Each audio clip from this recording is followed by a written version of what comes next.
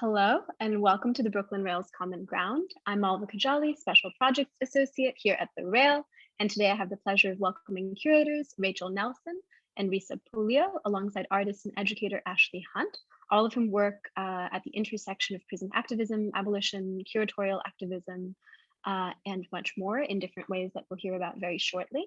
They're joined by writer, curator, and photographer Pete Brook, who has so beautifully curated this conversation for us, and we'll close with a poetry reading from poet, screenwriter, and memoirist Jimmy Santiago Baca. Finally, we've started out all our events here with two important acknowledgements. The first is that here in New York, we're on Lenape-Hoking, the unceded land and waters of the Wappinger, Canarsie, Munsee, and Lenni Lenape people of the Delaware Nation and the Shinnecock Indian Nation. The second is an acknowledgement that Black Lives Matter. And it's worth saying that the heart of both of these acknowledgements is a commitment to the liberation of the oppressed and solidarity for all those who struggle for freedom, in recognition of the Angela Davis axiom that when it comes to our liberation, our histories never unfold in isolation.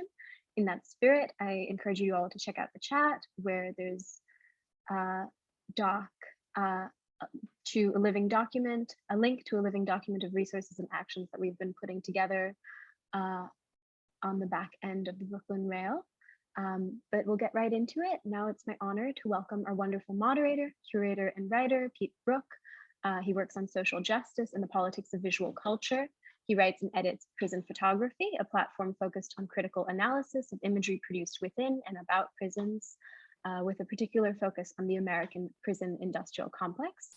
Prison photography has been recognized by Life magazine, the British Journal of Photography, and the Daily Beast. And I'll drop a link in the chat imminently so it can be recognized by us all. Pete, handing the mic over to you. Thanks, Malvika. Thank you for that lovely introduction. Please do share the link, but let it be known that my writing has become less than regular. I've enjoyed a shift from writing to teaching these past couple of years. That's also a similar time frame in which I've been considering this main question that we're looking at today. A joyfully provocative title, what's with all these exhibitions about prisons? And I'd like us to think about that as I introduce our three panelists, our three participants today. I'm implicated. I've curated several shows, a couple of which I would say are quite public facing, one in 2014 and one just last year, centrally focused on prisons, on incarceration, on the prison industrial complex, as many of us like to refer to it as, given its deep-seated connections within an infrastructure of inequality and racism in the United States. So whenever you're doing this type of work, which our esteemed guests today have been doing for many, many years, we're always thinking about who we're accountable to. Am I doing it the right way? Who is benefiting? So to introduce our first guest, Ashley Hunt. 3 years ago-ish, I saw a successful abstract for a grant that Ashley had written, and he was wondering about the political and economic context, specifically of prison-themed exhibitions. But more than that, we can think of exhibitions as being sort of like actively engaged in abolition and organizing. That's the ideal. So I wanted to draw on Ashley's not only writing and thinking, but teaching. I assume this has shaped his classroom activities. Secondarily, in alphabetical order, we have Rachel Nelson, who co-curated and from her role as director with the Institute in Arts and Sciences at UC Santa Cruz, programmed this year-long, amazingly thorough, expansive and robust calendar of events and programming. I'm sure we'll have a link to the exhibition and the programming, Barring Freedom. And the conversations alone, which are archived there, are worth everybody's time. And Rachel and her Co-conspirators also put together educational materials, which are available through the Barring Freedom website. And then finally, Risa Puleo, who is an unknown to me almost. Walls Turned Sideways is, again, an expansive contribution, a huge exhibition with a great roster of artists. And just prior to the pandemic, was shown in Houston, Texas. And one of the things I'm excited most about hearing today from Risa is sort of like the ongoing decisions that you make as a steward of this work and this thesis in visual form going forward.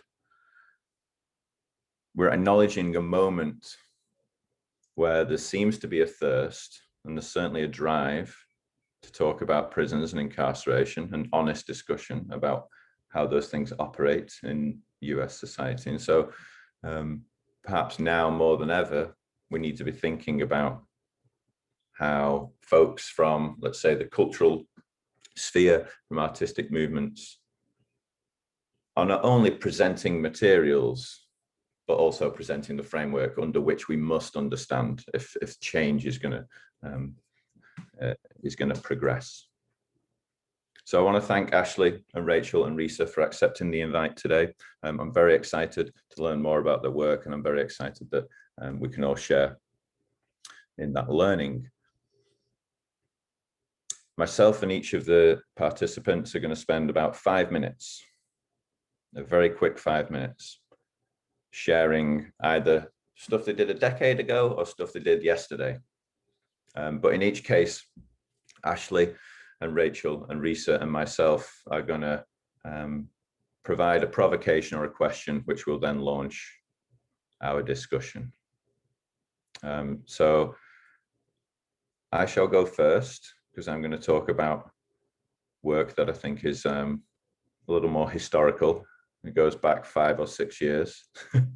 And then we'll bring it right into the moment and to the great creations of our guests.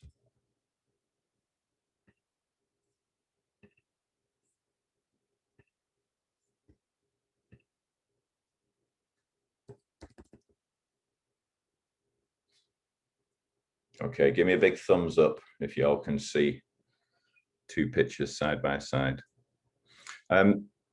So my introduction is going to start and conclude with some images from a show that I curated called Prison Obscura. It was commissioned by Haverford College just outside Philadelphia, Pennsylvania in 2014, and it later traveled to 6 other venues. Only one of those not being a college, which might give us some indication of sort of like the appetite and where that appetite existed for a conversation about mass incarceration in the US. To put it simply, the sort of like the framework for that show was to try to look outside of a documentary tradition. It was a show that was specifically focused on photography and images, and I wanted to find out what else could be done with the camera that wasn't merely just an outsider visiting, making documentation of the prison crisis. So here is an example of a diptych by an artist called Kristen Wilkins, and this work was made in her then home state of Montana, and she made portraits in discussion with incarcerated women, and then she asked them if there was a place, specifically a place that they missed and they wish they could have access to through a photograph. This is from a larger series called Supplication. So it's a very simple project, but it's one that relies at least on, you know, a collaboration in terms of how a collaboration can be a conversation around the single making of an image. I also included the work of Elise Emder, a photographer and teacher, and she had made these large photographs herself of painted murals in visiting rooms in prisons in New York and Pennsylvania. And then below there, you can see small photographs, which are actual copies of, I was going to say actual copies of actual photographs, copies of photographs, portraits made of incarcerated persons in visiting rooms across the United States in different prisons, but in every case before these painted backdrops. I included photographs that would have ordinarily not made it to gallery walls. This is a selection of visual evidence from a landmark class action lawsuit that was ruled upon by the Supreme Court of the United States in 2011.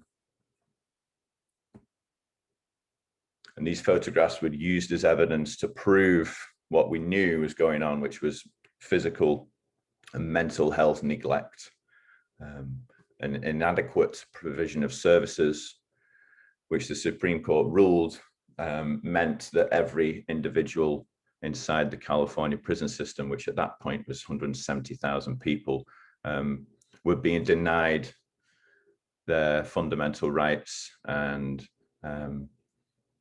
their Eighth Amendment rights to protection from cruel and unusual punishment were not being upheld. I included snapshot photography, some narrative photography from inside a youth prison in Washington State. These were made by incarcerated boys in collaboration with a photographer named Steve Davis. You know, there I was thinking about what happens if you take the camera out of the hand of the professional and just give it to the people within the institution. And then I was also keen to include art making that is sort of like pushing and insisting that this ability we have to collect data now can be used to in some way visualize the size of the prison industrial complex. So this is a rendering of Josh Begley's work, Prison Map, where he used code to create an aerial photograph of more than 6,000 locked facilities across the United States. A selection of there tiled on the wall, but it was the computer console where you really got to delve in state by state or facility by facility. And then also a pairing here of work by Robert Gumpert of his, quite formal portraits within the jails of San Francisco. But you can see in the background there's a darkened room where audio plays over the portraits, audio spoken by the people in the portraits.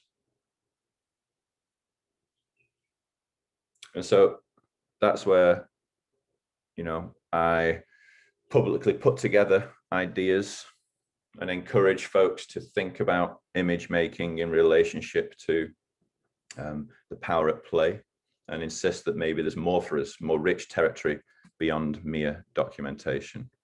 There's Prison Obscura, 2014 to 2016. And I will now pass on to Ashley.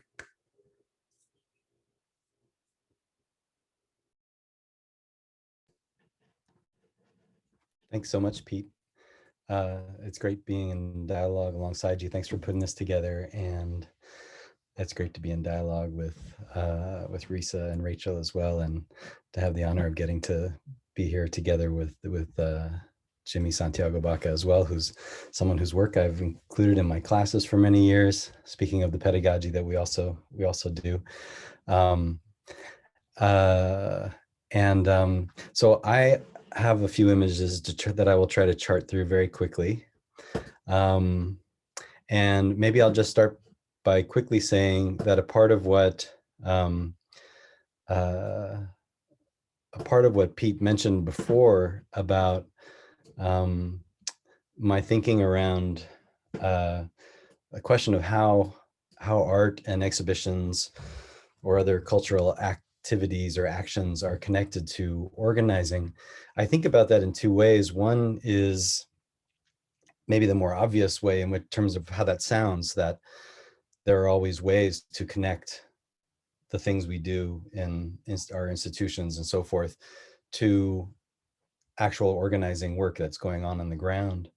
And I think that's really important for us to think about as a part when we think about,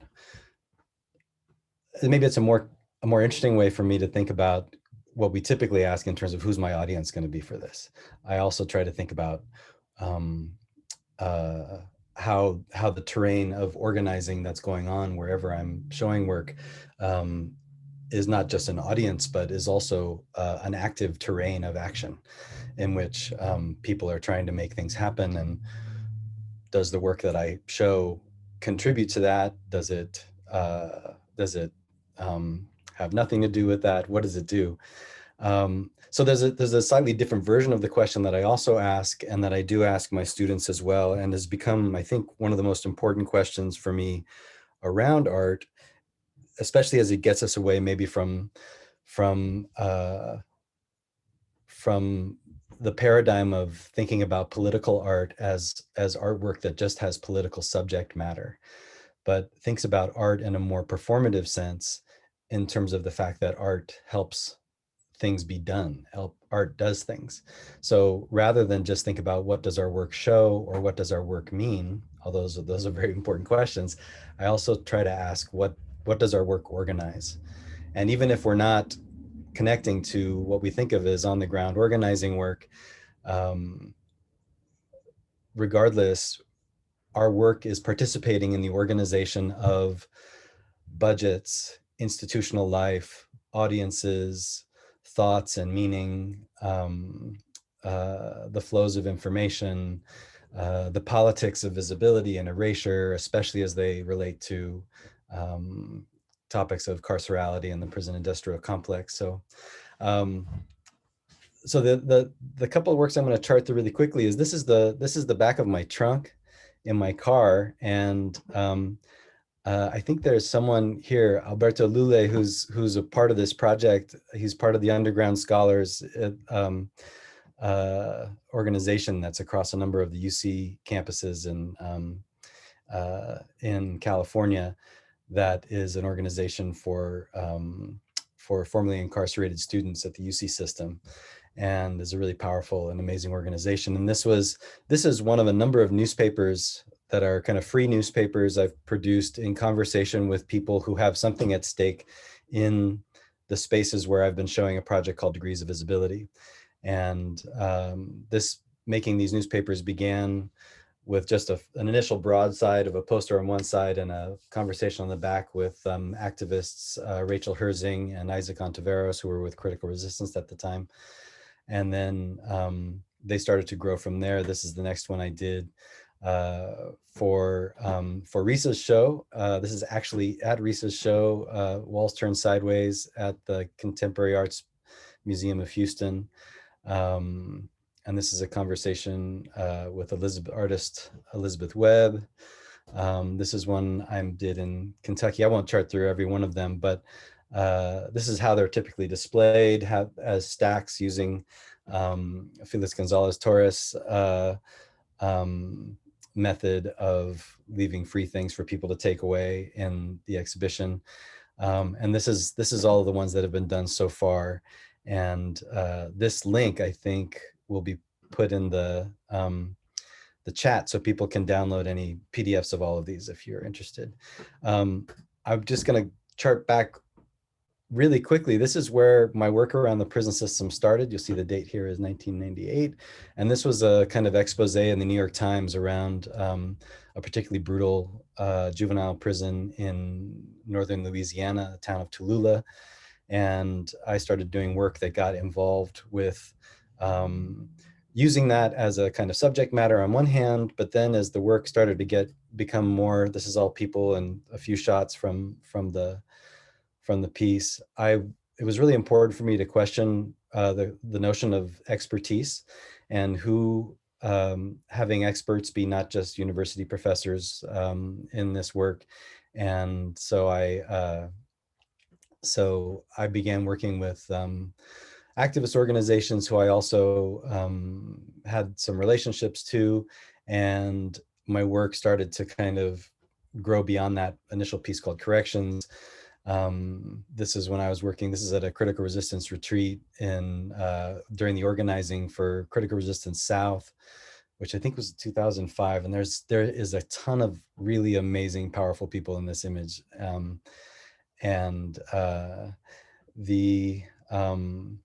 This is another a couple of pieces, stills from the larger Corrections project as it continued to grow, and my work as kind of making documentary videos that were a part of people's campaigns and so forth kind of grew. Eventually it led to shutting down the Tallulah prison as a juvenile prison. But some of the kind of problems with reform that we see were a part of that, as well, as it became used for incarcerating other people. And that wasn't about decarceration or abolition. So these are some other pieces. This is a prison map, set of prison maps that I put together as I started to think about popular education materials and distribution of free materials, and how what we also do with all of the extra, like excess information that doesn't fit into the form of a documentary. And that also has become a kind of, this is actually one of the prison themed exhibitions that it is on our list of shows at the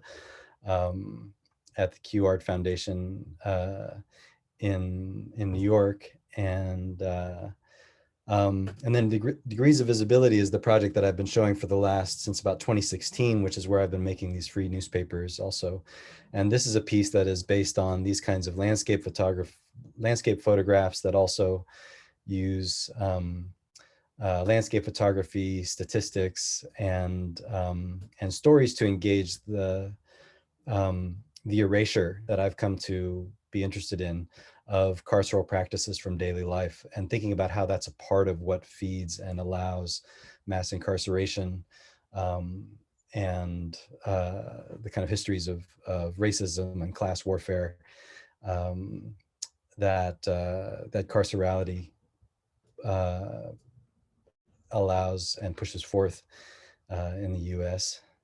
And part of how the newspapers also came about is that when I started to show these images, I also wanted to think about how could these exhibitions of Degrees of Visibility act as a platform for organizing, not just, again, have it be a subject matter represented in the work, but also to kind of counter this, what became this massive archive of images of prisons around the US with the kind of massive amounts of resistance that are staged in relationship to it, and have led us to the very rich kind of abolitionist discourse that we are becoming more and more familiar with today. So this is a show in Atlanta at Wonder Root Gallery, where I invited a number of the organizations to hold workshops who were doing abolitionist work in Atlanta, and then also asked them to contribute images that would, this is like a collage that we put together with some of them, that would kind of be side by side and a kind of call and response to the images of the prison system. And these are other images of campaign materials and other things that people also contributed. And these are some images of the workshop. And the last thing I wanted to say is, really quickly, is that in terms of thinking about this field of organizing, someone asked me recently again, this question of who my audience is and so forth. And I was trying to think about audience not just as a particular group of people that is defined in any particularly fixed kind of way. And I've been thinking about this image. And this is from the Critical Resistance South Conference in the Treme area of New Orleans. And this is a couple thousand people stuffed into a high school gymnasium who came from all around the South on buses and their own cars and so forth to come together before there was a conversation around mass incarceration on a popular level that I think started around 2012 or so. And rather than seeing it that it's for this group of people here, I think that I'd like to see my work as being a part of the movement building that is taking place in this space, rather than it being a fixed group of people, it's about the kind of coming together and the organization of that movement, and trying to find whatever ways the gifts and talents and access that I have as an artist can contribute to that. And I will leave it at that and pass it to whoever's next.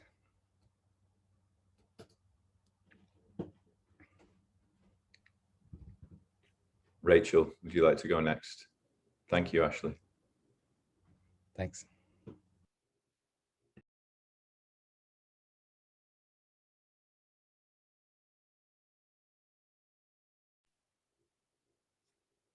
Hi, everyone. So it's so nice to be here and in this space with y'all, and thank you so much for inviting me, Pete. It's always a pleasure to be in conversation with Ashley, and I have to say that I've looked forward to having a conversation with Risa for a long time, and been incredibly motivated by all of you and your work. So it's lovely to be here, and of course with Jimmy, which is just great. It's just a treat. But and I have to say that when I come and I talk to people, I always want to make sure that everybody knows that the stuff that I'm talking about is not my stuff. That there are a whole lot of people that I work with and collaborate with on everything that I do, and to make the kinds of programs and to do the work that we do. So while I'm talking to you, when you look at me, you have to think that there's a whole bunch of me, that I'm in a room full of people, some of whom are listed here and some are not, but that have worked and thought really hard about this. As Pete said, for the last year, I've worked on a large arts-based initiative on prisons, policing, and abolition, which is alternatively called Barring Freedom and Visualizing Abolition, considering which angle you're coming at it, that really was thinking about exactly the question you've kind of brought us here together around, right? What is the deal with the intersections between the movement for abolition and exhibitions, right? And art, and what can art exhibitions and organizing do within the abolition movement? I started thinking about this project back in like 2016. So it was a long build up to the project. And one of the things that I was thinking about was, I'm at UC Santa Cruz, which is historically a university with a real tie to abolition.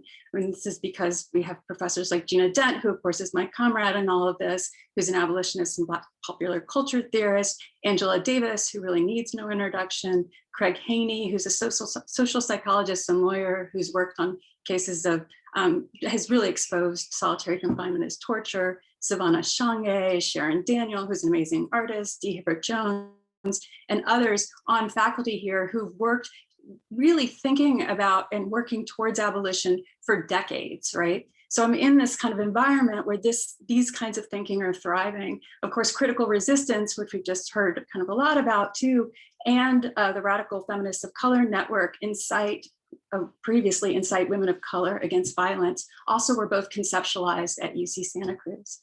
And one of the things that I really started thinking about was that all this work was being done, and for so many years, to get us to the point where I think that most people really understand that there's something really incredibly vile about prisons and policing in the United States. I think that most people even would say that they understand that there's historical and current presence, the historical and current presence of racism drives the system. And yet there seems to still be common consensus that holds it together. So I started thinking with many colleagues about what it is that art and exhibitions can do within this space of kind of the social acceptance of prisons and policing. And particularly, I lived in New Orleans longer than I've lived anywhere. I really was interested in how many artists for years and years and years and years and years have been working exactly on this subject, right? That if you look around at artists that are currently incarcerated, formerly incarcerated, system impacted, and artists that don't have those relationships to those systems have been working on this area for a really long time. And I wanted to think with my colleagues to put together some of these artists and do an exhibition. This exhibition was supposed to open in 2020, and it was supposed to open between UC Santa Cruz and John Jay College of Criminal Justice in New York, which Pete referred to as the cop school. It was really thinking about this exhibition, as I know, I just said it out loud, but I have to say, I thought it was so funny when you said it. You know, thinking about this exhibition in these spaces, John Jay, like UC Santa Cruz, has a long history of thinking about the criminal legal system in the United States and ways to change it, research it, shape it, right? If from kind of different angles, but really progressive, radical ways, and thinking between these two organizations. Now, it didn't open at John Jay because it was supposed to open in spring 2020, ... You know, and along the way, San Jose, which is a regional museum here, and Lauren Dickens there actually approached me and asked if we'd be interested in thinking also with them, and they came on. Because of that ... that we're all living amongst, what happened is this exhibition pretty much opened only at San Jose. And I have to say that they went to great lengths in order to make sure that it was able to open despite the circumstances of this year. So I'm going to show just some images of the exhibition. This is the outside of it. The work that we chose to open the exhibition, and I have to say this exhibition is co-curated with Alexandra Moore, who's amazing. Her name was at the beginning, but just to say it again. We chose this image because we thought it kind of summed up the problems or kind of set our the tone of it. This is a work by Hank Willis Thomas, If the Leader Only Knew. It's these hands, they're actually children's hands. When you see them in real life, you can tell the proportions by the image, you can't. They're holding on to barbed wire. When we look at these in the United States, we think immediately of mass incarceration. We also think of children, right, in detention camps. He's taken it from he's taken the hands from a picture of a concentration camp during the Holocaust, and he's titled it, If the Leader Only Knew, thinking about the ways that when people talk about the Holocaust, they always wonder, we often talk about what we would have done if we were in that moment, and in Germany, and how people were responding. And of course, this is happening all around us right now. People are being put into cages, being held into these conditions, and everybody knows. So it's we really tried to think with a variety of kinds of works. I mean, I think everything's in here: sculpture, photography, video, painting, as much as we could think about artists that were doing it. These are two works by Sanford Biggers, Infinite Tabernacle and Seated Warrior Bam, that speak to police violence and the murdering of Black people in the United States. This is from left to right. We have Sharon Daniels' Excessive Force and Undoing Time, Excessive Force. Levester Williams' Tarball, which is a work I totally love, is in the middle. It's sheets from Virginia Correctional Institution that have been bundled together into this 4-foot ball and dipped in tar. And then Dred Scott's Stop. If I tell you about all the works, I'm going to be here forever. So I'm just trying to give a little bit of a view. This is Sonia Clark and Titus Kaffar and Reginald Dwayne Betts. This is Redaction Project in the back. In the back left, you see Cheryl Rollins' Jumpsuit Project.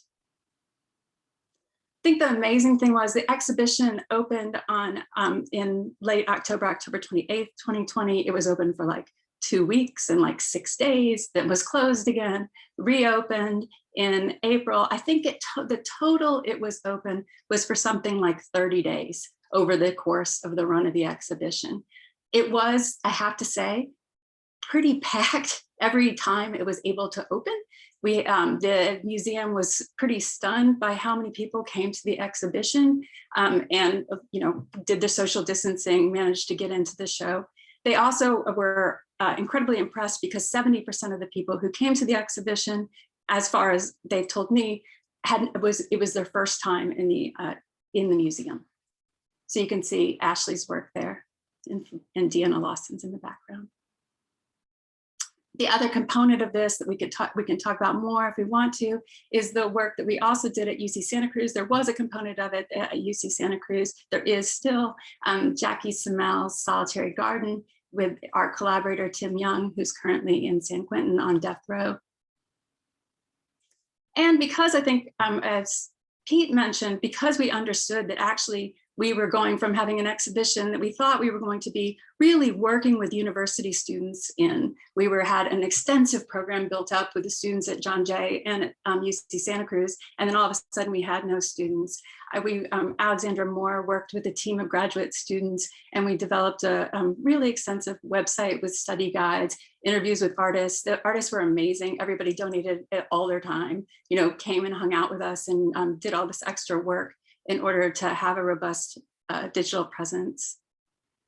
We also decided we were going to do a symposium. 100 people would have come and it would have been amazing for 2 days. Instead, we decided that Gina Dent and I, she's my collaborator on the symposium, decided we were going to put together programming across the entire year. We ended up doing 7 events. I thought this was really funny because this is an early slide that I have, but of course the events really look like this, all those portraits of people, they're all looking all official, but it was much more scrappy, I have to say. There you have Ashley and there's Berto, everybody doing it. And it was great. I have to say, everybody we asked to participate in these events, everybody said yes, nobody said no.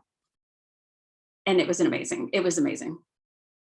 And then finally, and I think one of the most amazing things that probably hasn't been on people's radar, over the summer when all the uprisings were happening and all these other things, we were like, well, what else can we do? And Gina's friends, really good friends with Terry Lynn Carrington, who's an amazing Grammy award-winning musician and jazz drummer.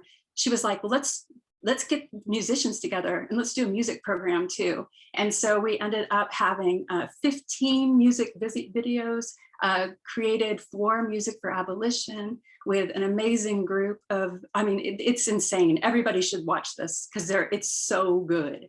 So it was an amazing experience. And like I said, it took a huge amount of care and all of that in order to happen. And I also think, we can talk a whole lot more about this space. I love what you said, but what does art organize?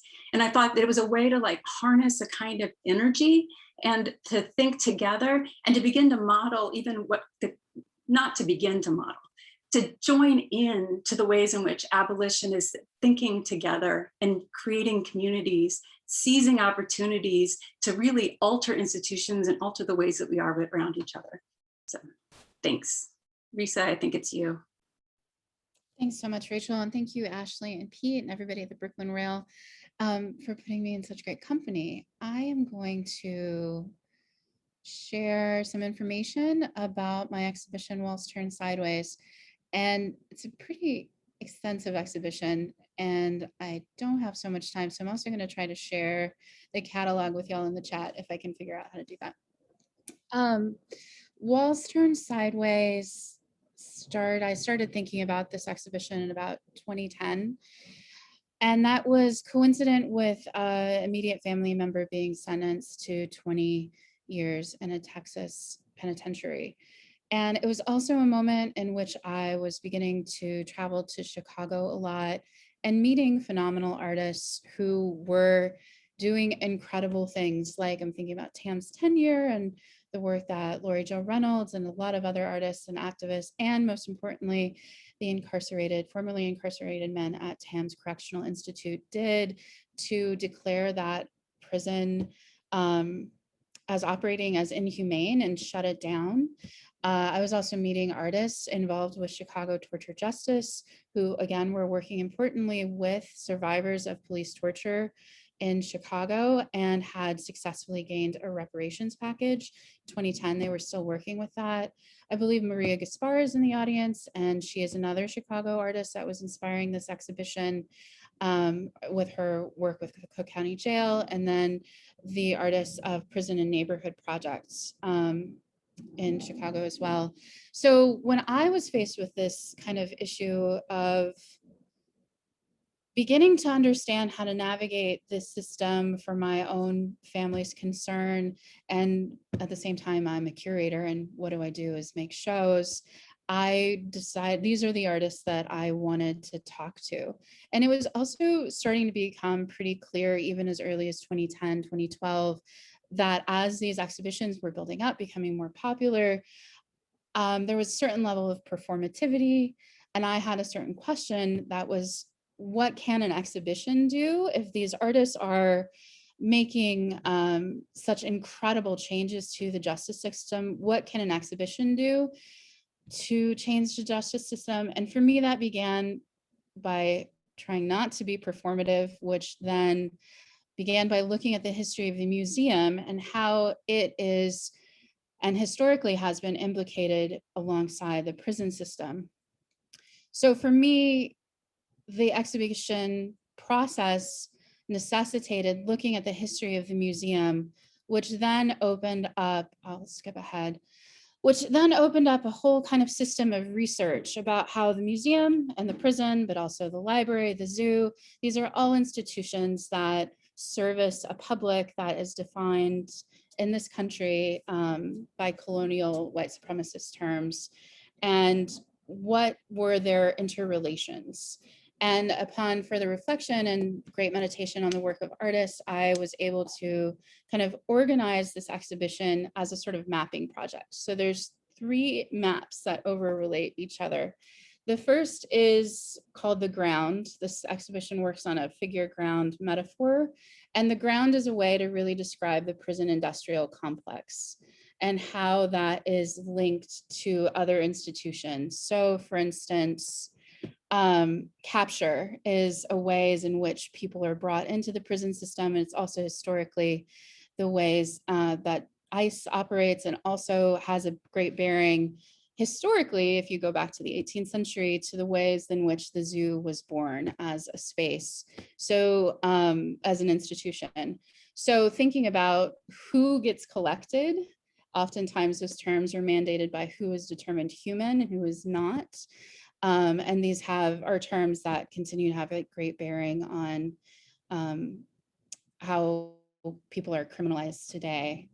I also was very much thinking about how the prison is a collection of people, and was drawing very heavily from some theoretical and historical work also in the 18th century about how, when the museum began to become a popular entity, when museums were being built in the 18th century, the punishment stopped being a spectacle. In fact, it stopped being physically on view, and instead the bodies of people who weren't considered citizens then became spectacles instead. So there's a sort of aspect of display that figures into the ways in which museums provide spectacle to distract from what is being hidden in realms of punishment. And this is where somebody like Ashley's work comes in. He's done this incredible research project on the road by trying to actually get as close as possible to any physical prison in the landscape. And you can see how far they have retreated from the actual landscape as punishment has kind of been hidden more and more in the world. There's also links to the asylum. This is a work by Mary Patton, an artist who is involved with the Chicago torture justice system monument. I'm going the wrong way. And of course, once all towards extracting value. So this became a link to the ways in which the prison system also has a historical link to slavery. So that's one big aspect of the show. And then there's a second kind of mapping project, which is about the process of mass incarceration. This was a kind of a thesis that was born of looking really closely at the work of artists and understanding how each artwork became its own intervention. And because of the massiveness of this problem and of the system, each artist were being incredibly strategic about like how and where they were intervening, which then allowed me to kind of make transparent the sort of systems and circuits at play. So in this case, Glenn Ligon's Runaways, and thinking about that historical link to slavery, became like a sort of a time portal to somebody like Dred Scott's Wanted posters. This is a social practice project he did with youth that were being criminalized in Harlem in the stop and frisk era, and allowed me to kind of move from the sort of historical ground into the present day and walk the audience through the process of mass incarceration, starting with racial profiling and specifically the criminalization of youth, as Suzanne Lacey has spent a lot of time working on in Oakland. The moment in which racial profiling leads to arrest, and in some cases death, is something being tackled by artists like Sean Leonardo. And I don't know what's going on.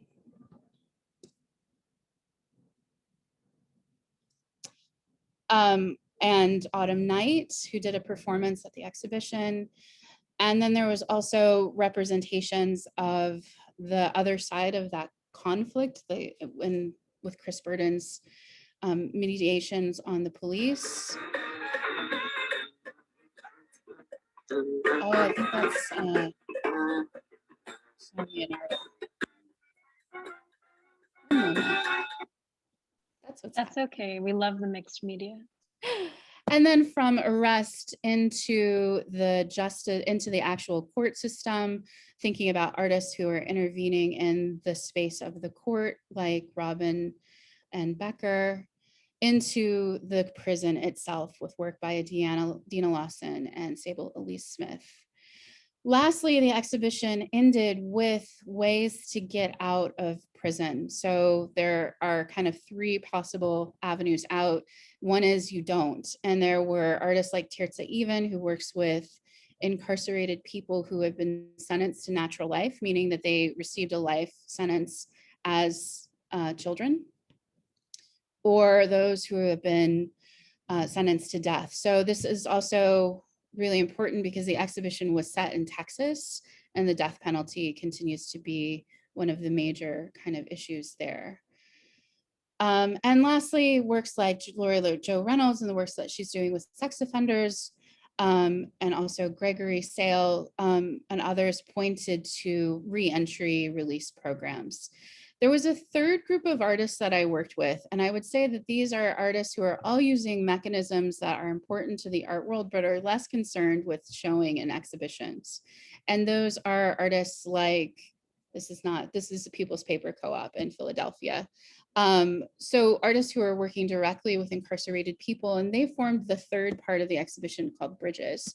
So the exhibition is called Walls Turn Sideways, and it's a partial quote from Angela Davis, "Walls turn sideways are bridges."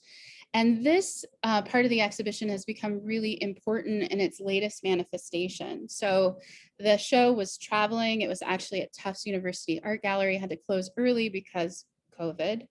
And in that time, a number of institutions started becoming very interested in traveling the show, very uncurrent with the more recent interest in having exhibitions about prisons. And many of those exhibitions had more complicated politics, whether that be shady board members. And I was again faced with this sort of question about, like, what does it mean to make an exhibition that is not performative? And what can I do that is more than producing discourse? And following the lead of the artists, what can we do that would instantiate change? So I've made it a clause of the exhibition, should you want to tour it, that your museum should undergo a process of public divestment. And using their museum as a platform for modeling to the public what divestment looks like, but then also functioning as a staging ground for public conversations about what a different kind of community restorative justice program could look like. And COVID happened, and there's lots of conversations about that happening in the world.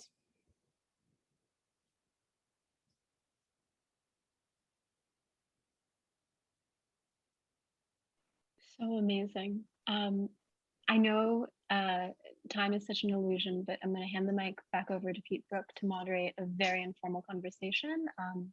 I will also say the Q&A is hopping but not formalized yet, so I think we do have, you know, a good 20-30 minutes should you choose to use that time to dig in a little deep. But thank you all so much. This is incredible work. Thank you, Malvika. Yes, thank you, Ashley, Rachel, and Risa. I was really encouraged to hear from Rachel that the show was packed. That's a great outcome from very uncertain times, right? I was also surprised to hear that your collaboration with San Jose Museum of Art came relatively late. It came latterly. And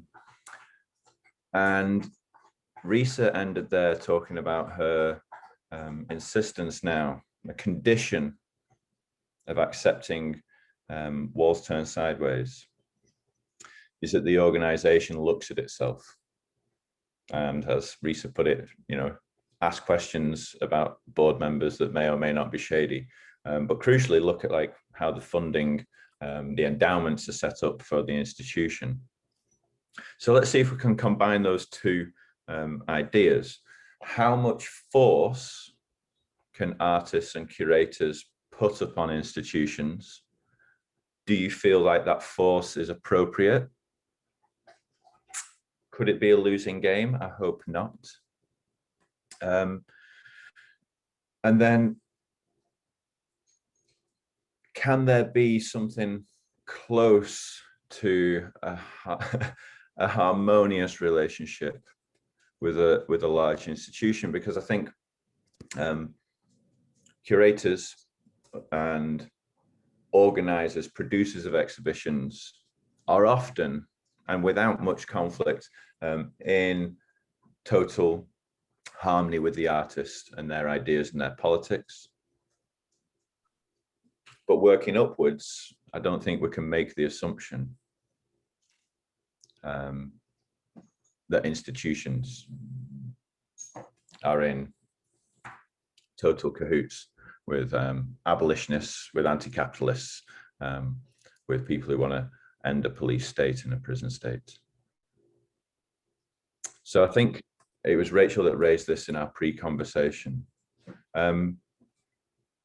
Very briefly, how is your relationship with the San Jose Museum of Art gone, and has it gone as well as one could have expected given the assumptions that institutions structure themselves around?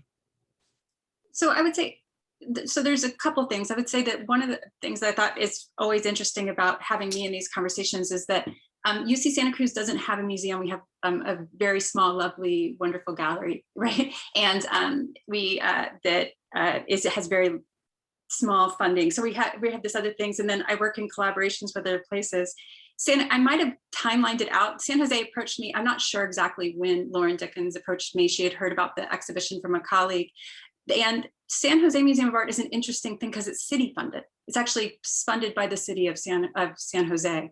And they were enthusiastic, right? And have been incredibly supportive. If at times, we started with an Abolition 101 conversation that Gina held with their, with them and everybody that wanted to come to it, to even begin to talk about what this meant within the context of their institution, because I think that it was, it was a challenge in some ways. But, so it was kind of like, I feel like a bit of an outsider when I talk about it, because I actually don't totally know their funding structure, right? I know that the majority of their funding comes from the city, and that COVID devastated them, right? And that actually, I actually did fundraising to make sure that we could still put on the exhibition that we wanted to, because they lost a bunch of their money from the city.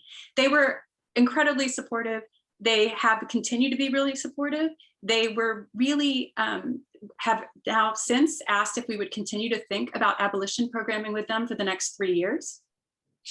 But one of the things that I think that was most stark about it was that it seemed to change the space of the museum. And I don't want to overstate it too much, right? I'm like careful about this, but the people that went to the exhibition were totally different people than they had, what they called their usual, right?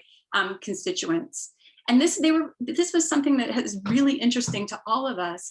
And I met, one of the things that we did when it was open, like the first 2 weeks before it closed again, I actually met Angela Davis and Gina Denton in the museum, and we had a conversation there that's been filmed, and we can put the link in the chat. But Angela and Gina said to me, like, why don't we think about museums as spaces of abolition? Like, there aren't any neutral spaces. They all have this heavy history. But if we insist that these are also spaces that we can use to do this work, right? That we can have some sort of power. And and I'm hoping that it did become that, right? At least in some way, a space where people were thinking about this in other ways. So yeah, I don't know. I don't know though, like where's the balance line? And Risa, that's why I'm so interested in your work, because of course I'm totally interested in this history too. And I feel like I keep walking into these spaces. I'm like, can we switch it? Can we push it? And what does it mean for the university, which is something that was lovely to work on Ashley about too, because the university is right there. It's just as implicated as anything else. Now, Risa, I think it could be a good stress test for institutions when you were talking about that third and final group of works, which were predominantly made by incarcerated and formerly incarcerated artists, collectives. That's the work that connects the art and the organizing that Ashley was talking about.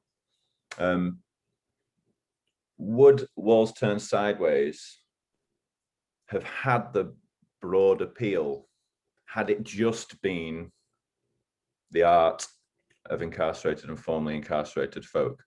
I'm not wishing a separation there, like people inside and outside necessarily exist within solidarity. But I think we might be in this moment now because so many important contemporary American artists have considered the prison industrial complex over a long time. And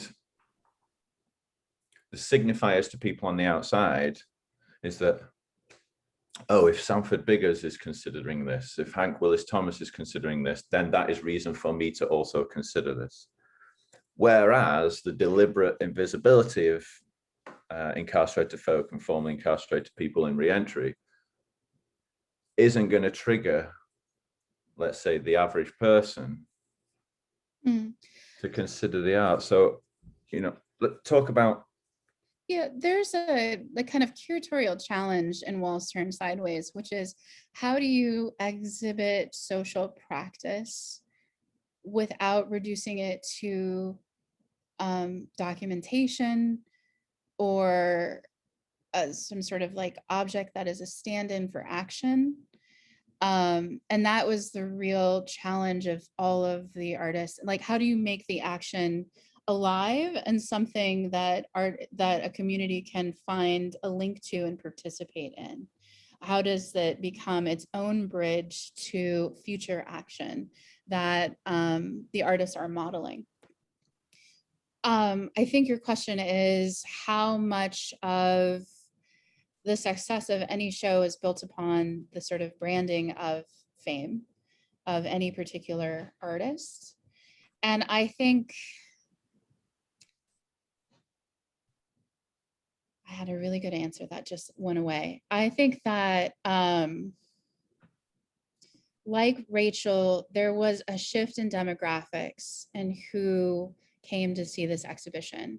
And the guards at the Contemporary Art Museum in Houston performed this amazing emotional service to so many people who needed to stop and immediately talk about their experience in prison, of somebody in their family, something that had impacted them, maybe some time that they had been arrested unjustly, and the kind of awakening of that. And I think that the idea for the Bridges show expansion of the exhibition came because the exhibition had another problem from the get-go, which is I foresaw a scenario in which a different demographic would come and be served by the exhibition, and then the museum would move on to a show about abstract painting or anything else, and that community would continue to not be served. So what is a way to make like a kind of strategic pivot? And I think when we're talking about like what can like name capacity give us is has something to do with the difference to two different kinds of change.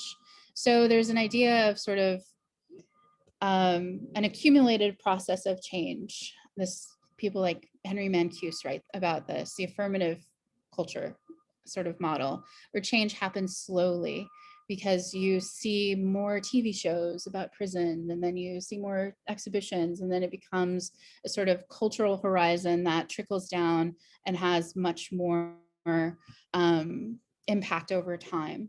And then there's the sort of direct action, why don't you divest, as a different kind of mode of change. So I think it depends on what you're looking for.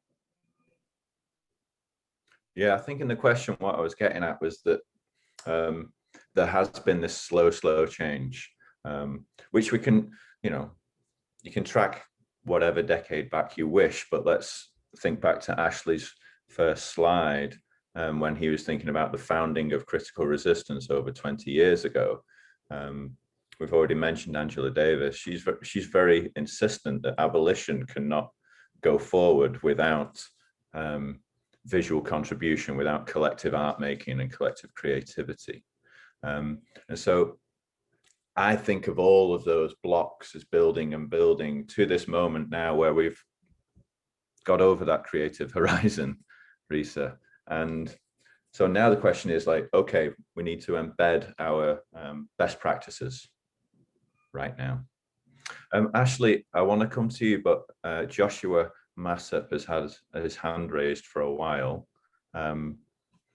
So Joshua, do you want to jump in and ask a question of our panelists? Josh, you should be able to turn on your mic right now. Thanks, Malvika. Thanks, Pete, Rachel, and Risa, for actually, putting such a profound situation together. But, against your research, basically, I just wanted to kind of say, because as we all see that a lot of incarceration is, due to systematic slavery and stuff like this. And prisons also get funded from the government for having prisoners, as well as some of these prisons are privately owned by, millionaires, et cetera, et cetera. So what I was going to say is because, sometimes, art, it has its way of getting across, and sometimes not everybody understands it, is able to interpret it. So my question was basically, did you all get in contact with your local senators or congressmen, although they may be in cahoots with the prison system? But I feel like you all should hit a more legislative stance. I'm not really saying like lobby, but along those terms, yeah, you could get your petition and all of your people, all of your supporters, and just hit the senator office and really get loud with it. So basically, that was kind of like my question: is there any other approaches that you all feel is that could be benefic to what you all want to accomplish? I love this question. I also want to say that Lori Jo Reynolds is who I'm thinking about. And depending on which of the artists you asked, and I'm talking about the artists who have like shut down prisons, got reparations packages.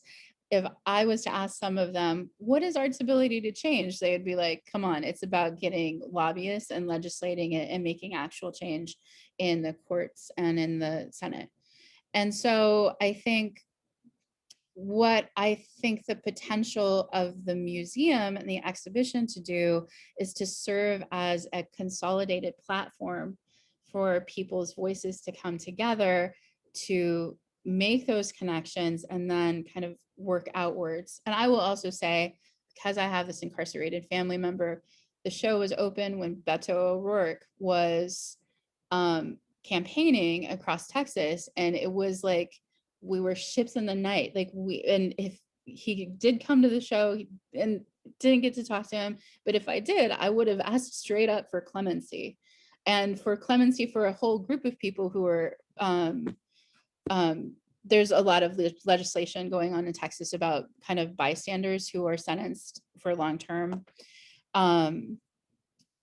being overly punished. So there's laws that are waiting to, I would have made a whole case about this that I'm apparently not ready to make right now.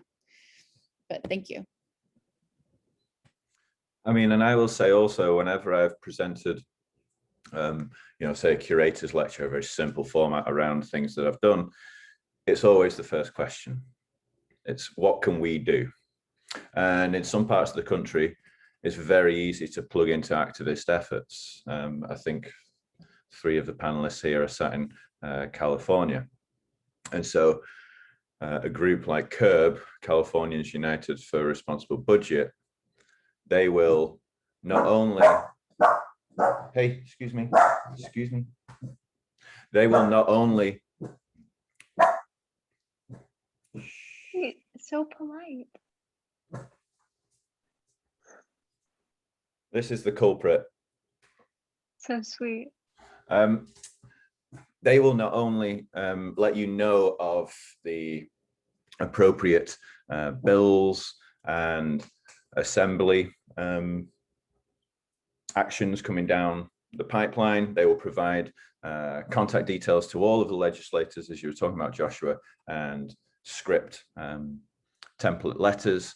And so that is both a focus on the nuts and bolts of the politics, but that's also backed up by public protest and public art. So those two things go hand in hand. Now, California is very lucky in that it has like a robust abolitionist volunteer community doing these things, which I can point people in California towards, but I'm not sure outside of the large states. Risa mentioned Illinois. Illinois has been incredible at organizing. I'm not sure everybody across the US has access to those abolitionists and activist groups, which takes us nicely, if we can go over to Ashley. Ashley's work is inseparable from his early membership and ongoing membership with Critical Resistance. I think it's time to hear Ashley about successful strategies in visuals and abolition. Thanks, Pete. I'm thinking a lot about, was it Josh who asked that question? I'm thinking about that question and thinking about how in my experience around all of this work and these issues, how unhelpful politicians have been, and how completely in bed they are with these things, and how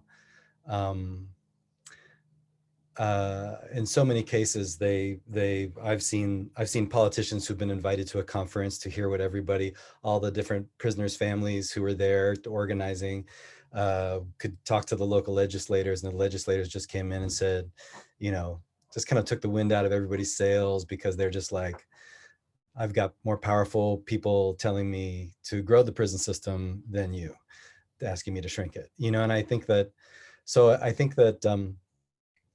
I don't mean in any way to discourage people from getting involved on that kind of civic level in opposing the growth of prisons, the increases in punishment and sentencing, the building of new prisons, or for pushing for the defunding of police and redistribution of those budgets, and the same thing with the prison system. Those things are all incredibly necessary, but those politicians will never give two shits about it if their jobs aren't at stake. And so to answer Pete's question, I think that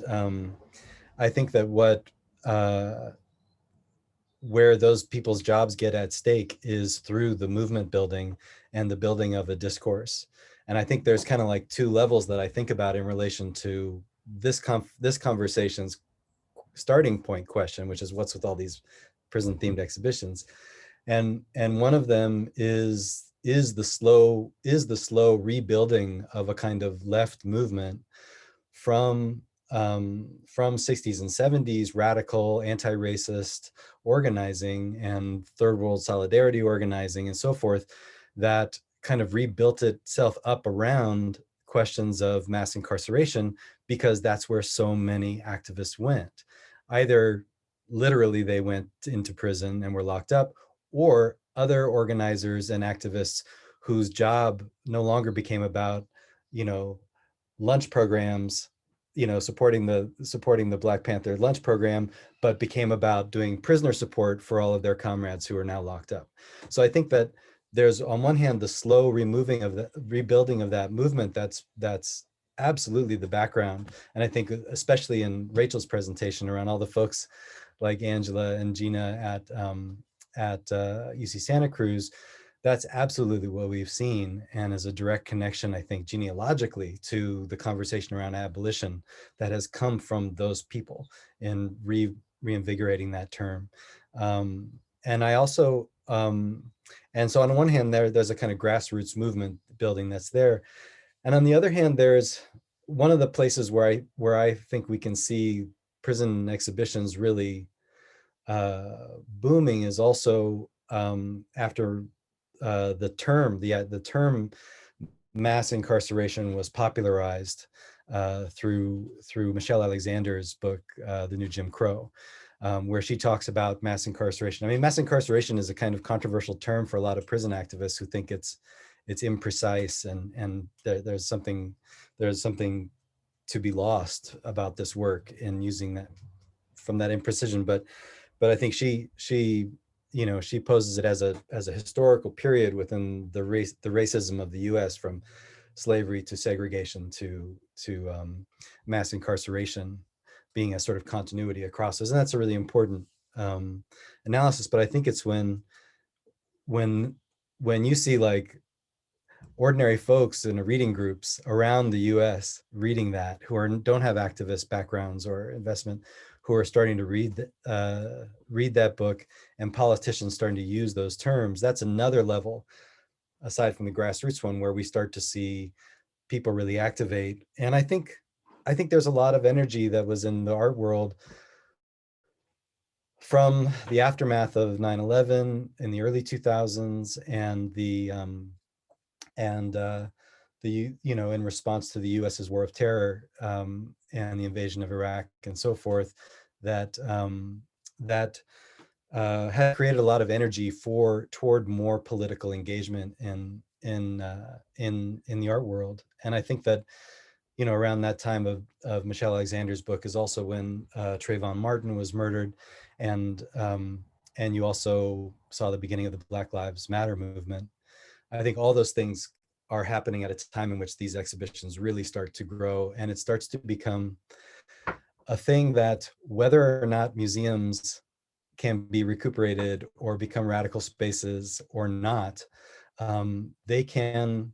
I think the question for me is more about, can they be useful, even if it's temporarily, right? I think that a thing that activists can do is to look for where there's possible leverage, where there's levers of power, right? In activism work, you do a power mapping. Think of like, who's controlling the levers of power here, and how can you force the hand that will actually make some kind of change somewhere?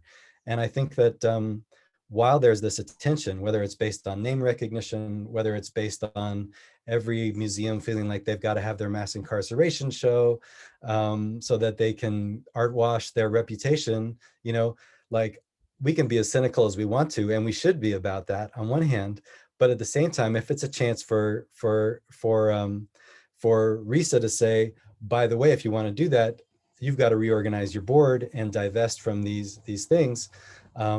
Or I think like there's also other options around asking a museum to kind of do what might be like a kind of abolitionist audit of their organization.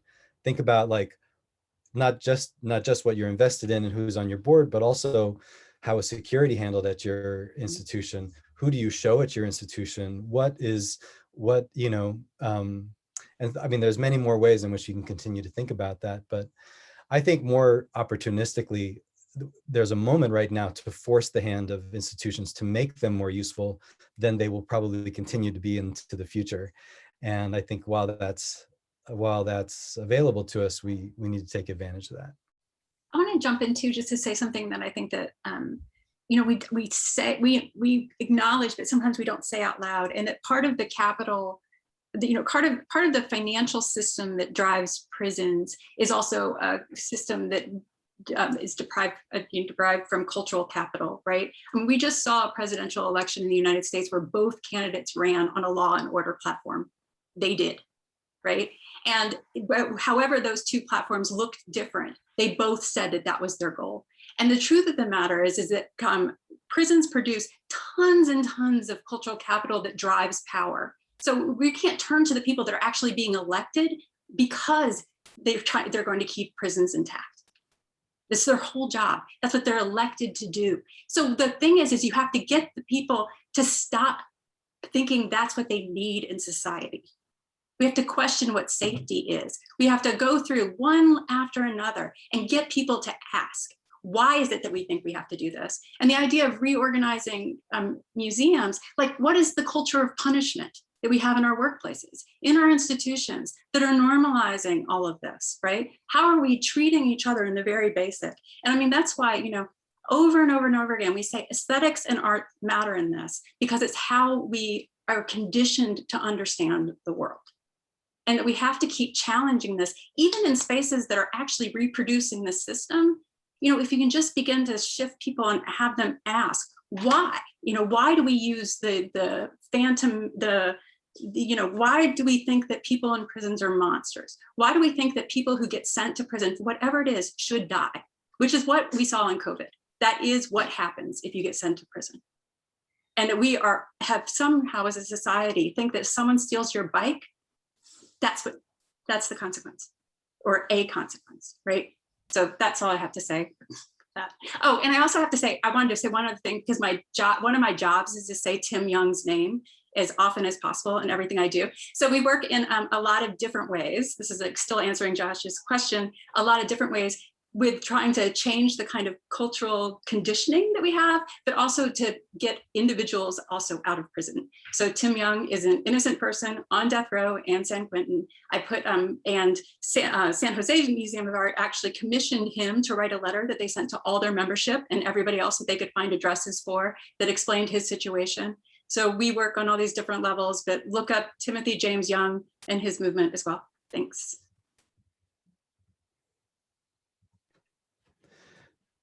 Can I add one other thing?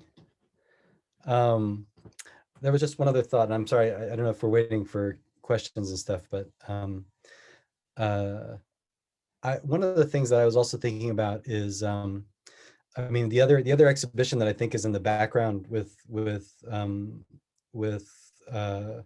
Walls Turn Sideways and Barring Freedom is Nicole Fleetwood's Marking Time exhibition. And I think one of the things that I think each of these exhibitions, all of which I was very proud to be a part of and grateful for, they all do something kind of radical in a different way in relation to this field, alongside of organizing, kind of reorganizing all these things that we're talking about. And one of the things that I think Nicole Fleetwood's, Dr. Fleetwood's kind of thesis does that's incredibly important and kind of paradigm shifting within the field of contemporary art is to do a more overt shift and demand that work by artwork and cultural work by imprisoned and formerly imprisoned people is taken seriously as contemporary art rather than its historical kind of role as outsider art. And I think that there's something really important in that is also hovers in the background here a bit. And it makes me think about, you know, why we even go, it goes to the question of today's event of like, why are there so many exhibitions about prisons? The background of that question, and it's a good question, is an assumption that prisons are either a kind of niche or a kind of niche topic or something that is not at the center of modern and contemporary art. And so it's odd that there would be so many, right? And that's kind of the basis of that's kind of implied in the question. And I think that points us to a number of things, but one of them is a reckoning that we're in the midst of, not just around the notions of imprisonment and mass incarceration, but much more broadly around legacies of racism, ongoing racism, coloniality that is at the foundation of the U.S. And that's the presumption that prisons and carcerality are not a part of the modernity. Sorry, this might sound a little academic. They're not a part of the modernity that we presume modern and contemporary art to be concerned with. So the objects of prisons, the people who spend their lives in prisons, and subjects of punishment are not really like the concern of modernity in the ways that art is organized to think about. And I think that what all of these exhibitions do is repudiate that understanding that carcerality is not a part of modernity, but to actually argue that it is completely central to Western modernity and the forms of wealth and ideas of progress, ideas of safety, ideas of freedom are predicated on the forms of accumulation and disenfranchisement that that carcerality produces.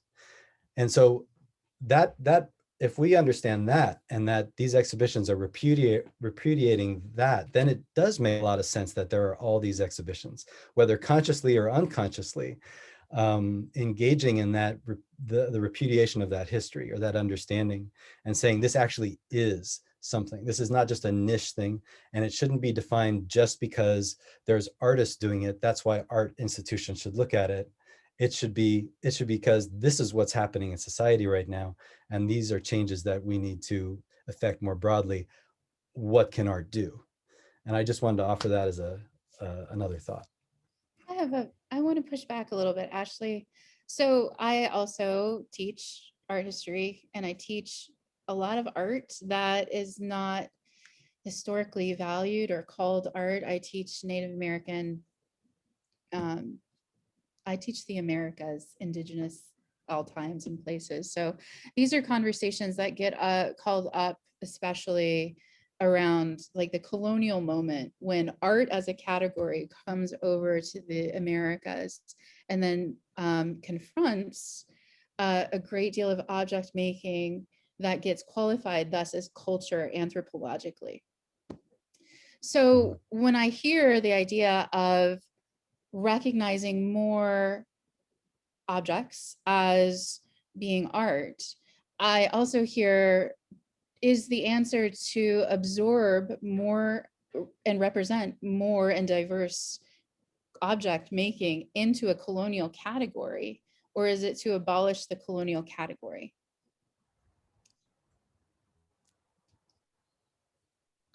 I think that's what separates also walls from, Yeah. I think human itself is a colonial category, and it's also produced anthropologically. Risa, I remember a comment you made to me in pre-conversation, which was there's one entry-level goal that I assume a lot of the exhibitions that we've talked about and listed here have, and that would be, one, to convince outsiders, because outsiders still exist, it's still an invisible system to a large extent, to convince that people subject to the system are human. And that's a very like reformist approach, assuming that if you convince people that people in the system are human, then they'll be moved to do something about it. But of course, what I think is happening now, and what we've talked about today, is that the reformist attitude isn't enough. The abolitionist attitude, which connects the institution and the leverages of power, are that which needs to be challenged and reordered or disassembled entirely now. And of course, that's a challenge when you meet the institution, especially if you as you've described it, where the prison, museum, library, zoo emerge at the same time. Also, so the question is, do we reform the category of art to meet more people? Or do we acknowledge that museums are always in service to a colonial nation state, and perhaps are the things that need to go too, because they're all intrinsically woven together? And I think this is also what adding a lens of dispossession and indigenous studies adds to the conversation. Because these are all still institutions that are in service to a United States. Right. Let's see what our audience members think. Malvika, you've been collecting questions. Yeah, I think that's a wonderful place to transition to Q&A. Thank you all so much. Our first question will come, I know we have just a few minutes, so we'll try and sort of steamroll quickly, but we have two main and then a couple might pop right in. Our first will come from our very own Charles Schultz. And Charlie, you should be able to turn on your microphone at will.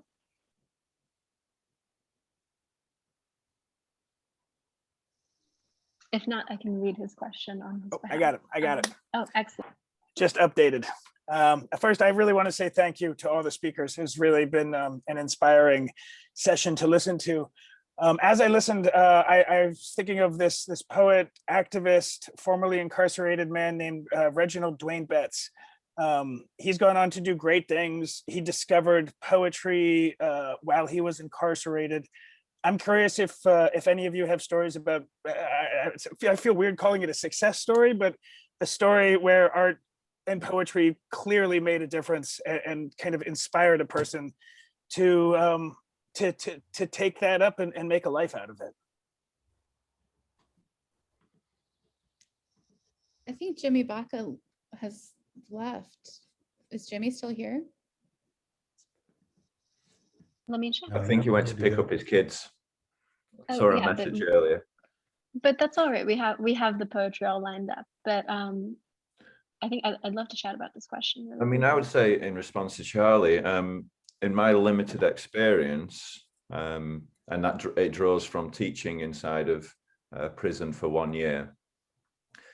Given every opportunity, every incarcerated folk I have met has excelled, and I don't know how we define success, but through group discussion, sometimes group therapy, sometimes they're one and the same, through creativity, and not merely just through like having a paintbrush, because of course a paintbrush is a relatively easy thing to provide to someone on the inside, but like being provided with robust curricula that opens up new ways of thinking. That's not to say that those sorts of programs, poetry, writing, theatre, education, BAs, MAs, are going to provide change inevitably. Incarcerated folk must come to those things themselves, but they can only do so if they are, if they're provided, if the system allows the space for something outside of discipline and lockdown. So I would just say every observation I've had of someone locked up, they realize when something emerges which is new, and they will grasp those opportunities.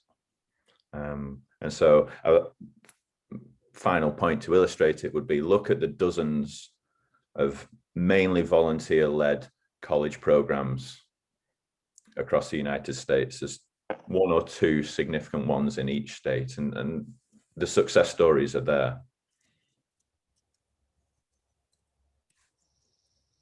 Thank you so much, Pete. In the interest of time, I'd love to go to Birch, Alma Birch, who has our next question about art practice and exploitation. Birch, take it away. Hey, Ashley, it's Alma Birch. How are you? Good to see you, Alma. Yeah, it's been a long time. It's nice to see what you've been up to. Thanks. So I wanted to know, in terms of art and art making with recidivism and in prison populations, how do you keep your art practice, or in general the art practice of people who participate in this type of art making, from becoming exploitive? Especially given that the incarcerated are often invisible, that's been brought up numerous times during this conversation.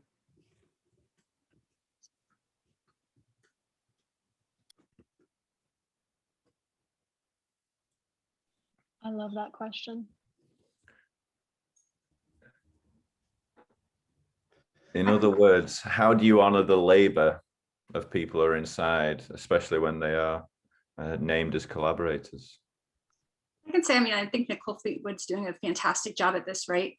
That we're watching that. And, one of the things is the whole point of this is not to make invisible, but to make visible in all the myriad ways of making sure that the attention is being given and all of this stuff. And it's hard. We know, we know how hard it is just keeping in contact and getting, being able to, people get the phone, whether they're going to get the phone or her letters. I'm having all these problems getting letters through right now to somebody I'm collaborating with on the inside. And it's like, how do you do it? We just have to keep trying. But I think that I do watch Nicole's work closely, because she's really managed to keep the focus, keep people in sight, the whole point is to try to make the systems more porous. And I know that one of the things that I was thinking of is that the idea that we have that prisons and people incarcerated are somehow separate is an illusion that is very carefully maintained by the state with concrete and, you know, wires and all the ways that Ashley shows, the ways that prisons are embedded, but they are not. And we know that, you know, it's people that are our communities are behind those walls. It affects the whole setup of our society. It's at the center, as Ashley also said. So they're trying to make sure that we, every angle that we're showing this blurring line, that we blur those kind of borders and figure out how to put this into one vision, right? As opposed to these two different things.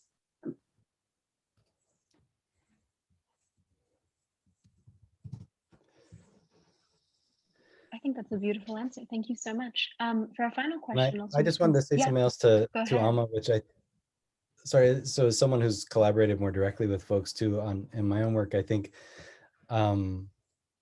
it's really important to realize that you're always at risk of doing that, and that good intentions aren't going to keep you from doing it unless you think it through. And I think at least one of the primary like things one can think about in their work is reciprocity.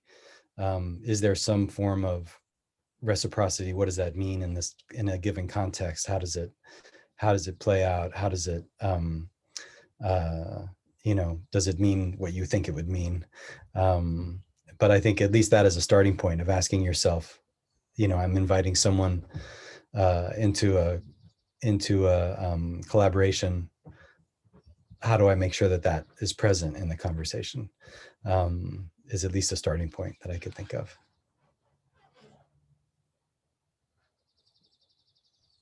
Thank you so much.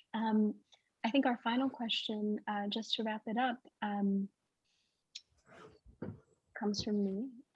So throughout this conversation, I've been thinking a lot about sort of the uses of art programming, curatorial practices, exhibition programming that are beyond just subject matter, but use that work as a kind of container or instrument for political intervention and action. I know this is what you all do.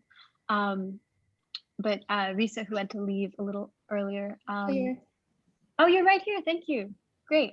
Risa, I love the work you do like this on a macro level of using the traveling exhibition and the body of work and your curatorial contribution as a kind of bargaining chip for public divestment, and not just like secret public divestment, but using it as a stage for conversations. A kind of example, this really blew my mind and reminded me of a few months ago, we had this Indigenous curator, Wanda Nannybush, who is up in the Ontario Museum of Art, who spoke a little bit about kind of smaller strategies she employs, decolonial strategies, sovereignty strategies, land back principles and practices that she employs in the museum, even for curating more generally.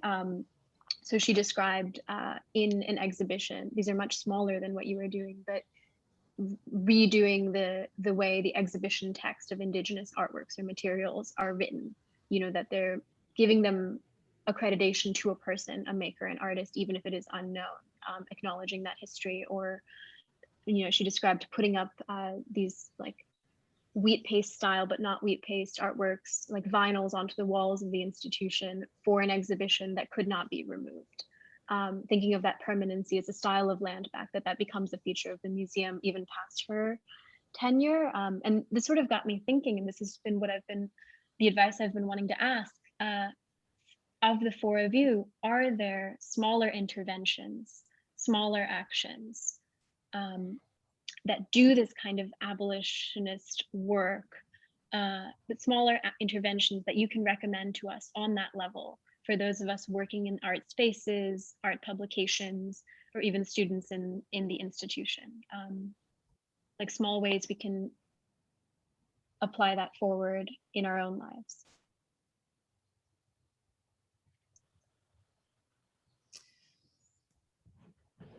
I think one of the most important things that these very public-facing platforms can do right now is build a shared vocabulary, just on the level of language.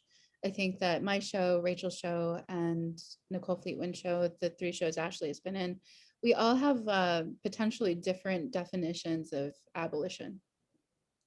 When do you stop? What is being abolished? How far are you going? I think I just called for the abolition of art as a category. So thinking about getting on the same page in terms of like sharing language is something that is really important to me. I just taught a class at School of the Art Institute called Keywords, Art and Justice, where we even kind of broke down like, what does action mean? What is discourse production? Just to kind of be able to continue to have more conversations together.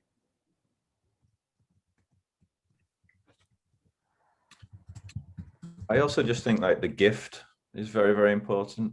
You know, Ashley's got a car trunk full of newspapers he needs to give away. This is not the first time stacks of newspapers have been given away, but more importantly than that, the PDF is available on the Barring Freedom website. What I've found with a lot of these exhibitions in recent years is everything is being done, every channels are being fed, and to the extent of free tickets, free entry. I think that's also existed at San Jose Museum of Art.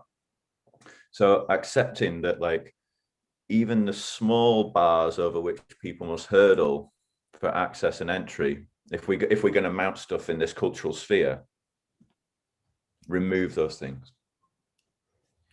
And then just one last thing, my personal experience has been at a much smaller level, you know, galleries attached to humanities institutes at colleges. And, oh, my point's gone. That's quite all right. I know Ashley said in the chat, yes. So I'd love to hear your instructions, advice.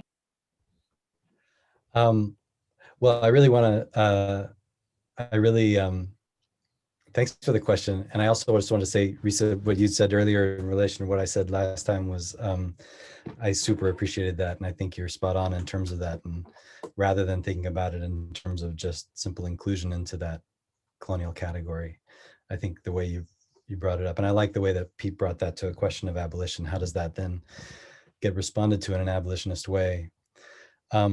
So in my involvement with critical resistance over the years and seeing how the idea of abolition was kind of reinvigorated in that work, one of the things that has always been really important there is this tension between abolition being on one hand seen as a big dreamy thing, a world entirely without prisons or something like that, versus how does one take up that work in daily life or in situations that feel contradictory. So that's where I think that the group project that Rachel brought up earlier, Insight Women of Color Against Violence, is a really important one that initiates a kind of abolitionist feminism against a kind of carceral tendency to want to use as an important abolitionist landmark. But one of the things that someone like Ruthie Gilmore talks about is the importance of seeing abolition both as this dream, you know, as a place to get to, but also as a practical program for everyday change. And that's both in terms of thinking about what are things that on activist and organizing levels or lobbying levels even can actively decarcerate, like today, like what can, and we can extend from there to not just decarceration on the literal level, but thinking about what are steps in our daily lives that can wither or diminish our dependency on a carceral state and the consciousness that it gives us, the economy that it gives us, and so forth. There's little steps we take every day that allow us to make a choice against that. And the other thing is that Ruthie would say is that abolition is not just about what you tear down, but it's also about what you build up. And it's not just, so that's where I think Risa's quoting of Angela Davis in the title of Walls Turned Sideways is that it's not just a wall turned down, but it's a wall turned into a bridge. And I think that sees that's also about a future, or points us towards the future. And I think that, so a lot of the things that we've seen in organizing over the last year around questions of mutual aid and ways of taking care of each other, are things that are not just about challenging the police or the prison system directly, but building up the networks within our community, building up community power is something that challenges the reliance that people have on the carceral system. So I think that's also, we can think about that in whatever institution we're in. What does that mean in an art institution? What does it mean in a school? What does it mean, et cetera, et cetera. I love that so much. Pete, close us. Oh, bye, Risa. Bye, everybody. Thank you. Thank you so much for joining us. Risa. Pete, do you want to close us out? And then we'll, Ashley has a poetry treat planned for us. A collective action, if we may. Yeah. So thank you to Rachel and Ashley and Risa, who just left us. Fantastic insight. I really appreciate it. And thank you for Brooklyn Rail for giving us this platform. I just remembered the point I wanted to make, and it kind of answers Alma Birch's question earlier about how avoiding exploitation. My point was that my contributions have been very, very small relative to the curatorial practices and artistic organizing practices here. I think if we're going to enter this space, this moment where we're working with institutions, then the budgets for these programs might start to look different or unusual. Now, throwing money at a problem is rarely the solution. But I think if people who are producing and organizing these exhibitions think about the money that they can set aside for the organizing, for the building, as Ashley put it, and Critical Resistance organizes around, then it's more than just looking at the objects. And of course, that places a priority on not only bringing people into the space to look at works, but bringing people into the space to workshop and giving them and honoring the money and the time and the resources that takes, and honoring the labor that people bring to the program. And if we want it to be truly abolitionist, and we want it to be generative. So I think that's the final point. You know, while we're working out this moment, we can insist upon money going to folks who are already doing the organizing, whether or not the art exhibit exists in the local museum or not. And that's my final point, really, that the organizing has always existed. The art and cultural spheres seem to be catching up, and let's not waste this moment. I almost feel like there should be a conference in 2022 about best strategies around exhibiting objects and creating art discourse. I love that. We'll see you all at the conference. I think, okay, so at the Rail, we have a tradition of ending with poetry. Today, we invited a poet we admire, poet, screenwriter, and memoirist we admire deeply, Jimmy Santiago Baca, to read for us. Unfortunately, he had a kind of emergency, but what we have in store for you is, I think, truly unique and enjoyable. Ashley, our wonderful panelist, recommended a poem, The New Warden, which Jimmy Baca wrote in 79, and it will be read in truly the spirit of this conversation collectively between Ashley, Alma Birch, and myself. So I've dropped the link to the text of the poem in the chat if you want to follow along. And I was thinking maybe we could do 4 lines each, a piece, like Ashley, Alma, and me. Does that feel okay to all? All of those. That sounds good. 3? Okay, brilliant. Ashley, are you ready? You wait, hold on. You're you can turn on your microphone now. Sorry, I got it back on. Yeah, I'm ready. Okay, brilliant. And this is a poem I thought of when Jimmy was said in the background that he had to leave. This is a poem that I've used in one of my classes, and it actually has been a turning point for a lot of my students in thinking about abolitionist thinking. Who's starting? You're starting. Take it away. The new warden. He sat in the cool morning. He had a handful of apple seeds in his palm. He sat there contemplating where he would plant them. A month later, he tore the kitchen down and planted apple seeds there. Some of the convicts asked him why. Apples, he said, is one of America's greatest traditional prides. Remember the famous ballad, Johnny Appleseed? No one had heard of it, so he set up a poetry workshop where the death house had been. The chair was burned in a great ceremony. Some of the Indian convicts performed ancient rituals for the souls of those executed in the past. He sold most of, sorry. No, sorry, Ashley. He sold most of the bricks and built little ovens in the earth with the rest. The hospital was destroyed except for one new wing to keep the especially aged infirm ones. And funny thing, no one was ever sick. The warden said something about freedom being the greatest cure for any and all ailments. He was right. The cell blocks were razed to the ground. Some of the steel was kept, and a blacksmith shop went up. With the extra bricks, the warden purchased tents, farming implements, and bought a big yellow bus. The adjoining fields plowed rich with tomatoes, pumpkins, potatoes, corn, chili, alfalfa, cucumbers.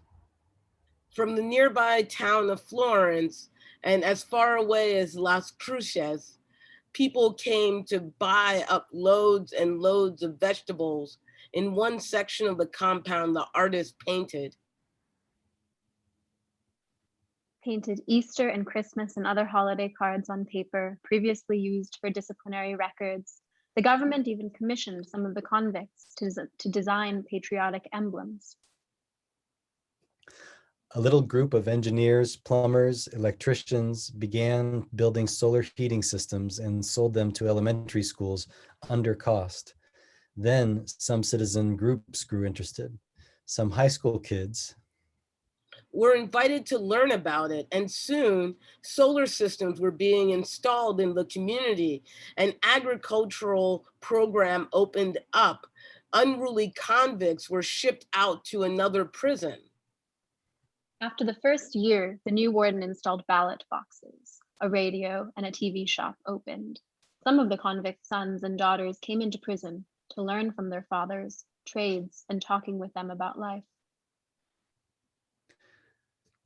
This led to several groups opening up sessions dealing with language, logic, and delving into past myths and customs. Blacks, Mexicanos, whites all had so much to offer, discussing what they found to be untouched by past historians. Each day, 6 groups of convicts went into the community, working for the aged and infirmed. One old convict ended up marrying the governor's mother. Thank you all so much. That was so sweet. Thank you, Amma Birch. And thank you, Jimmy, who in absentia, who wrote these beautiful words. And of course, thank you to Risa, Ashley, and Rachel, and of course to Pete for bringing us all together, for invoking the space, for keeping these conversations moving, and for the conference that you will now program in 2022. Thank you for all of you in the audience and in the chat for joining us. As always, we'll share the recording of today's program on our archives, as well as on YouTube. So it will be available for you in a day or two if ever you would like to revisit this conversation. And please join us again tomorrow when we're joined by Brooklyn-based performance artist and choreographer Akwe Okpasawahi in conversation with Yassi Alipour and Paul D. Miller. We'll close that out with a poetry reading that will invariably not be as special as this one. And that will be, as always, at 1 p.m. right here in the Zoom. Other than that, thank you all so much. And I'll invite you all to turn on your microphones if you'd like to say hello to one another, goodbye on your way out, or anything else that you feel compelled. But this has been incredible. Pete, wild, thank you. Thank you so much, everyone. Thank you, Pete. Thank you, Ashley. Thank you, Rachel. all. Thanks, Thanks, Ashley. Amma. Thank you, Amma. Yeah, Thanks, thank Pete. you all. Thank you all. Thanks, Ashley. Thank Good to see your work. Thank you. Thanks. It was great to hear you Amazing read, Amma. Thank you for joining. Rachel, I'm gonna Thanks, send you a Rachel. paper. Oh, hi, Kay. I didn't even Thanks, realize Ash. you were here.